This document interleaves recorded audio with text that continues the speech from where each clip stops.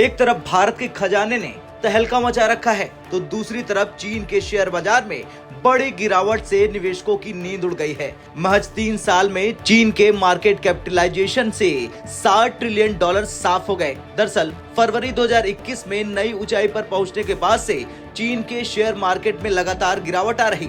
चीन के real estate sector में जारी गंभीर संकट और अर्थव्यवस्था की कमजोर प्रदर्शन ने शेयर बाजार को दबाव में ला दिया है। वहीं अमेरिका के साथ गहराता तनाव भी चीन के शेयर मार्केट में गिरावट की बड़ी वजह है। ऐसे में शेयर बाजार से नुकसान खाने वाले निवेशक अमेरिकी दूतावास के ब्लॉग अकाउंट और दूसरे सोशल मीडिया प्लेटफॉर्म के जरिए अपनी निराशा और नाराजगी जाहिर कर रहे हैं। इंटरनेशनल मॉनेटरी फंड के अनुमान के मुताबिक इस साल चीन की विकास दर 2023 के 5.2% के मुकाबले कम होकर 4.6% रह जाएगी। ये चीन की अर्थव्यवस्था का पिछले 10 साल का सबसे खराब प्रदर्शन होगा और 2028 तक तो ये गिरकर 3.5% रह सकती है। इसकी आशंका से घबराए चीन के शेयर बाजार में गिरावट का बुरा दौर जारी है। चीन का स्टॉक मार्केट संघाई कंपोजिट इंडेक्स 6.2% गिर गया है, जो अक्टूबर 2018 के बाद की सबसे बड़ी वीकली गिरावट है। इस साल की शुरुआत से अब तक ये इंडेक्स 8% से ज्यादा गिर गया है,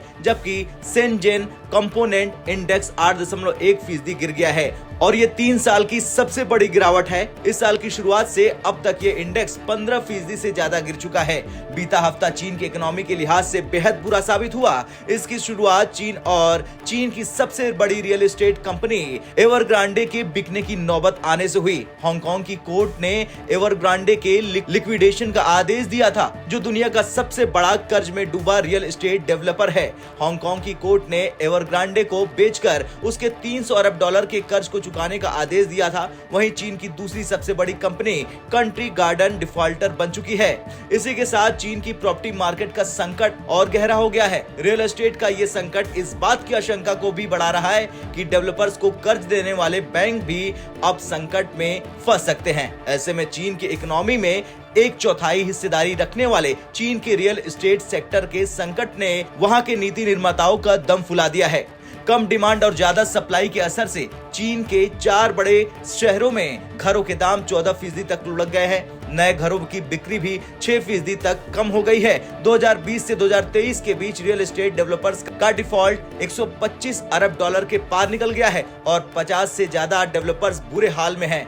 चीन में जमीन बिक्री से कमाई करने वाले लोकल गवर्नमेंट का कर्ज $800 अरब के पार निकल गया। वहां पर 70 शहरों में घरों की कीमत हर महीने कम होती जा रही है।